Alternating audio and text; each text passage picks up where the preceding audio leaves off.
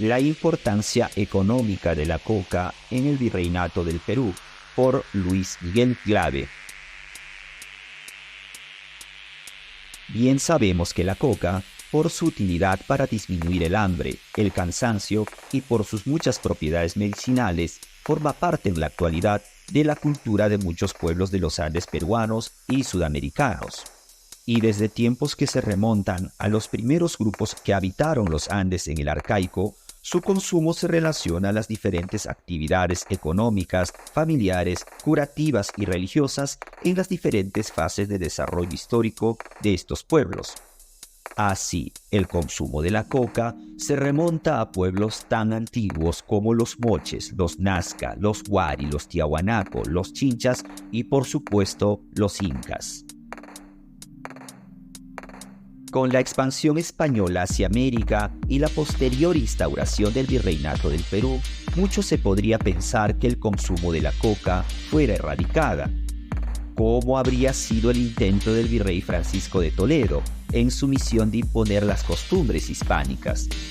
Poco sabemos que la coca fue un elemento clave en la creación de grandes fortunas, sin olvidar que fue un ingreso muy seguro para el fisco o la hacienda colonial. En este mini documental, Luis Miguel Glave nos dará a conocer la importancia económica que tuvo la coca en la economía virreinal del Perú.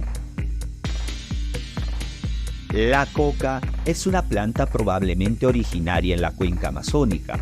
Su uso fue extendido a los Andes centrales incluso antes del dominio incaico. Según los cronistas más importantes, la coca habría estado monopolizada por el Estado inca, que restringió su consumo a determinados grupos sociales y momentos rituales importantes. Sin embargo, las evidencias arqueológicas y etnohistóricas demuestran que la hipótesis del monopolio de la coca no se puede sostener. El uso de la coca fue extendido y su cultivo y consumo era común en las más variadas regiones del dilatado territorio inca, salvo en las yungas, que son los valles bajos de la selva del Cusco, donde los cocales estaban bajo el control del imperio inca. Uno podría creer que el cultivo y uso de la coca se detuvo desde la llegada de los españoles al Perú en 1532, pero por el contrario, su cultivo y consumo se extendió exponencialmente. Un conocedor testigo de la época, el licenciado Polo de Ondegardo, quien fue corregidor del Cusco, estimaba que la producción de coca se había incrementado unas 50 veces respecto a la cultivada antes de 1532, es decir, antes de la llegada de los españoles. Otro informante confiable, Damián de la Bandera, pensaba que el incremento fue de unas 40 veces. Por su parte, el licenciado y economista español Juan de Matienzo insinuaba que la coca se había multiplicado por 3 en 1567, y al responder a las posiciones que pretendían prohibir el cultivo de la coca, dijo que tratar de quitar la coca es querer que no haya Perú. Las razones que sostenía Juan de Matienzo se centraban en que la coca, así como el cacao en la época de Nueva España en México, funcionaban como una moneda para los indios. Y lo que resultaba todavía más importante, este era un vehículo que permitía la extracción de plata en el Virreinato del Perú. Y efectivamente, la coca era una fuente de grandes riquezas en el trato y era una mercancía dinamizadora del mercado interno. Las fortunas más grandes de la región Cusco, la principal productora de la hoja de coca, se apoyaban precisamente en la coca. Los intereses eran pues muy grandes, pues los indios que trabajaban pagaban la coca con el mineral que sacaban de las minas, por ejemplo, de la mina de Potosí. La coca era una mercancía que obtenía directamente plata. Además, en el camino a su conversión en mercancía, la coca pasaba por diferentes pueblos y se las cambiaba por otros productos indígenas que eran necesarios para la circulación mercantil. Por eso se decía que la coca era una piedra imán con el que se les sacaba a los indios el dinero y el ganado.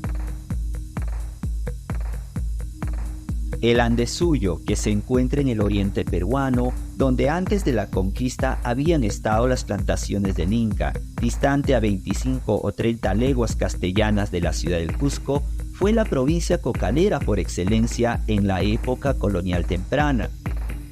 La hoja de coca se extraía de las chacras productoras en cestos redondos, hechos de cañuelas delgadas que se llamaban pipo. Estos eran enrollados con unos tallos llamados panchos y cubiertos con unas hojas anchas y gruesas llamadas cojoro. El contenido neto de cada cesto de hoja de coca era de 18 libras y el mismo cesto pesaba unas 4 libras más. Esos cestos eran sacados de los valles profundos a depósitos en las sierras de Paucartambo en el Cusco, en donde se llevaba a cabo una feria comercial que terminaba en su traslado en largas caravanas de llamas hasta Potosí, donde se consumían anualmente entre 90.000 a 100.000 de estos cestos de coca, con un intercambio estimado en algunos años en 1 millón de pesos. El camino desde el Cusco hasta Potosí era bastante largo, unos 770 kilómetros. Los que llegaban más rápido hasta Potosí lo hacían en 3 meses, aunque otros llegaban en 4. Las caravanas cocaleras estaban constituidas por mayordomos indios y los operarios, llamados chacaneadores. Conducían cada uno 10 llamas, aunque con el tiempo se incrementaron a 15 llamas. La carga de cada llama era de 2 cestos, aunque con el tiempo se incrementó de tal forma que cada llama llevaba hasta 4 o 5 cestos de hoja de coca. Los indios proveían de sogas o huascas para amarrar los cestos y debían enchipar o empajar los mismos. Estos chacaneadores eran acompañados de los tratantes, que eran mestizos representantes del empresario español que era mayormente un corregidor, y cumplían una mera función de controlar el tráfico de coca y no eran necesarios para el proceso técnico del transporte de la coca. El salario que se debía pagar por ley a cada indio por el transporte de la coca era de 11 pesos mensuales, pero en la práctica se pagaban solo 5, que eran adelantados a los curacas o jefe de indios trajineros. Para conseguir estos curacas necesarios para el ciclo de circulación de la coca y para el pago de los indios, se tejieron las más diversas relaciones de poder entre el curaca y el español, dentro del espacio andino que unía el Cusco con Potosí, el principal destino de la coca, pero no el único. Naturalmente, las riquezas generadas por el tráfico de la coca generarían grandes escándalos. Uno de estos casos fueron la familia Esquivel del Cusco. La causa fue por la disputa de la herencia que dejó su padre, quien era el encomendero más acaudalado del Cusco, cuya riqueza en 1628 se fundaba en las actividades como empresario de trajín de la coca, vinos y también llamas.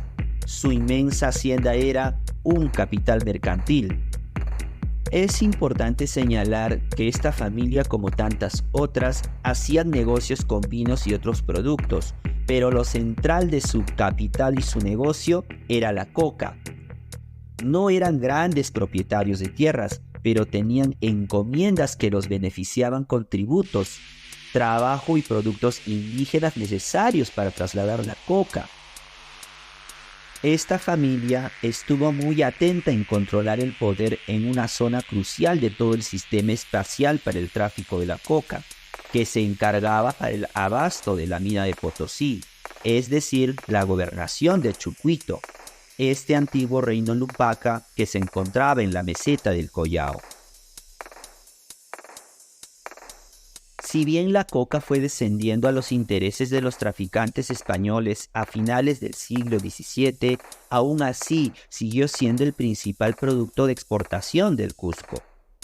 Para ilustrar los volúmenes de exportación en el negocio de la coca, basta mencionar las que hacía el maestre Vázquez de Castro, quien en un solo contrato vendió 17.700 cestos de coca, en un total de 106.000 pesos al rico minero de Potosí, Antonio López de Quiroga.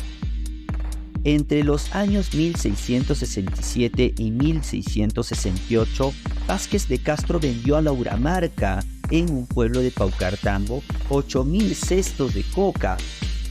También envió a Potosí 16.000 cestos de coca, que obviamente tendrían un altísimo valor en pesos españoles.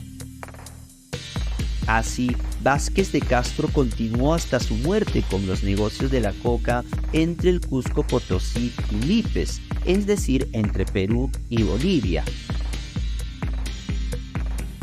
Es interesante mencionar que este personaje, Vázquez de Castro, le vendía coca a un minero o azoguero, que era Antonio López de Quiroga, lo que demostraría que el negocio de Antonio López de Quiroga no solo consistía en sacar mineral de Potosí, sino también vender coca a los indios de la ciudad minera de Potosí, una de las más ricas en la producción de la plata. Junto con la coca, el vino también dominó el mercado de largas distancias, que se desarrolló al influjo de la producción de plata en la zona de la actual República de Bolivia. Finalmente, para que la hoja de coca fuera una mercancía, era indispensable la sociedad indígena, pues ellos controlaban el proceso técnico de la producción y transporte, mientras los españoles hacían enormes ganancias gracias a esto. Si bien la coca fue la mercancía más importante desde los inicios de la colonia hasta el siglo XVII, es en este que comenzaría a declinar su importancia en términos de ganancia de los mercaderes españoles, pero no en el caso de los indios.